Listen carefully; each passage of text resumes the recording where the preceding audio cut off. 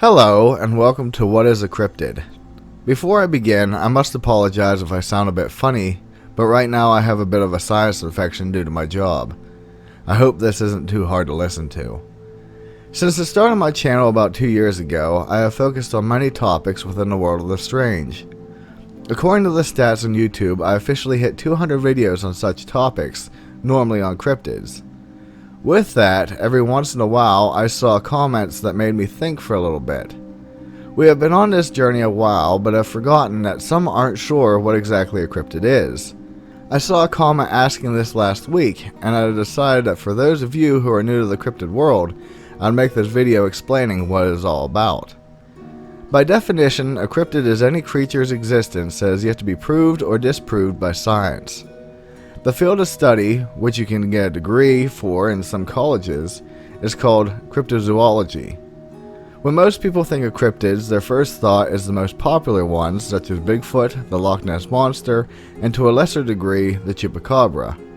Just by looking up the name Cryptozoology, you will see plenty of reputable sites label it as a pseudoscience, which is somewhat misleading, not to mention damning to the field. If we take the term pseudoscience and fit it with cryptozoology, it paints quite a dark picture. Pseudoscience is a collection of beliefs or practices mistakenly regarded as being based on scientific method.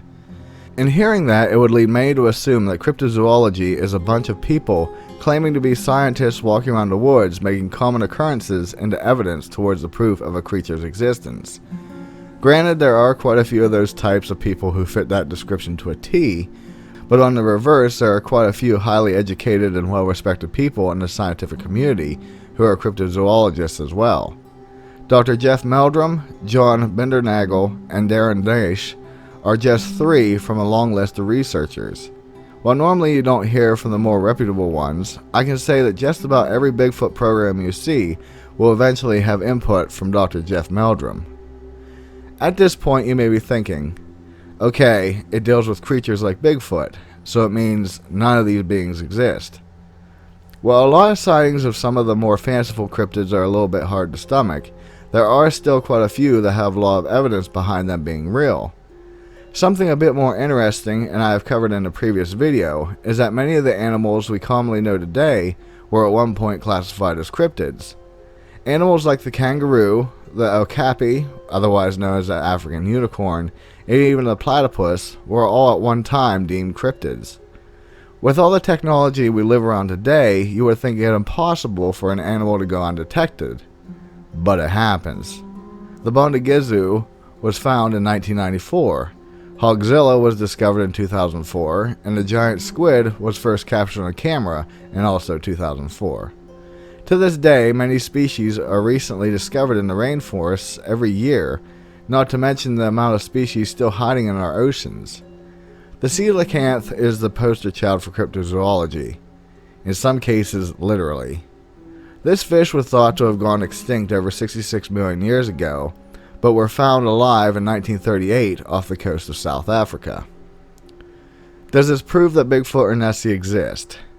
No, but it does open a doorway for hope that they might, or better yet, give proof that sometimes creatures science scoffs at turn out to be very real. Now here's where things get rather interesting and somewhat confusing.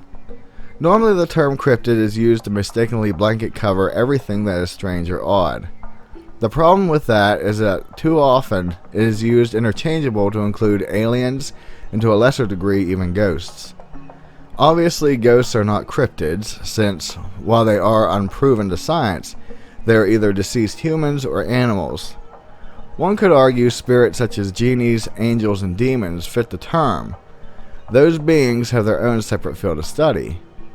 Aliens are a bit of a wild card, as they fit the terminology of what cryptozoology is, but again, they are different and have their own classification. I feel aliens are viewed not so much as a creature, but akin to a culture of beings. In essence, they are seen in the same regards as, per se, there were tales of a tribe of people living here on Earth, but have yet to be proven to exist. That tribe wouldn't be considered creatures, but rather a new, unyet discovered civilization. What really pulls this all together is the role aliens play in cryptids' existence. A high percentage of cryptids are theorized to be either alien creations or just aliens themselves. There is an intriguing idea that Bigfoot is a race of interdimensional beings, hence why they stay hidden so well. What is shocking is how many cryptid sightings are recorded at the same time UFOs are seen in the same area. Maybe the classification of cryptid doesn't actually exist, since they are all aliens. I'm sure Giorgio Tsoukalos would be proud. With that, be safe, and I'll see you in the next one. Later.